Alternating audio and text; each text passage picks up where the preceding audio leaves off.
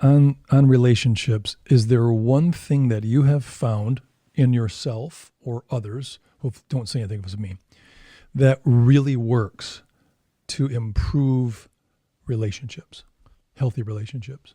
TIME.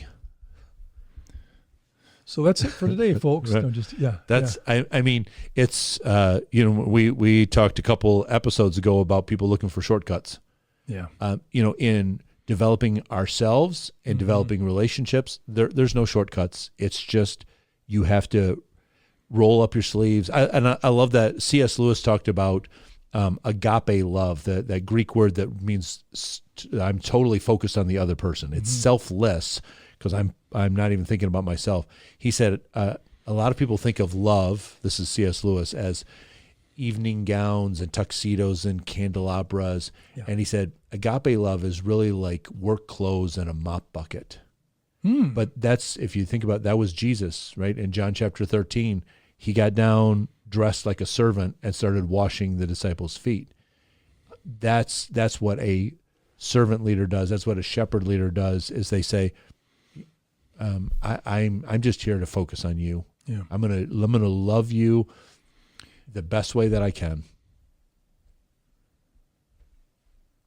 For us as leaders, servers, what's the one thing you've found to kind of get that person to engage in a better relationship with you? What did you have to do?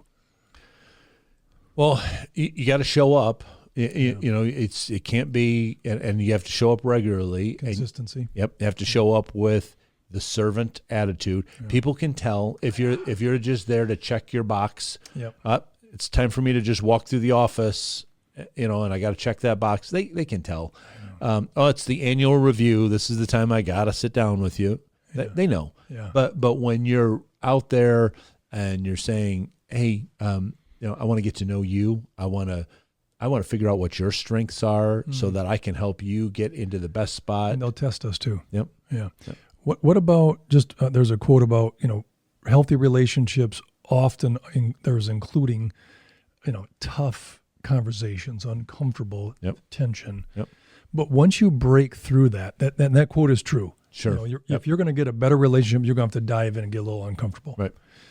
You might even have to eat crow. I've learned to eat that warm, by the way, roadkill. But what would you say would be your uncomfortable comment for people, like willing to put it out there? You as a leader, how did you do it? Yeah. Well, it's there really isn't any way to soften it. Yeah. But if people know that you have their best interest at heart, it happens before they can take it. Yep. And I don't think that again, I don't know who said this. I can't give somebody the credit. I'd like to give somebody the credit for this. Other people don't care how much you know until they know how much you care. Yeah. So when you've demonstrated by the TIME, right, by the servant's attitude, by focusing on them, when they know that you're in it for them and not just to build your own pedigree, when you say, hey, listen, you might have a hard time accepting this, but listen, I got to address this with you because I see this as holding you back, and I don't want you to be held back. I want you to soar. Right.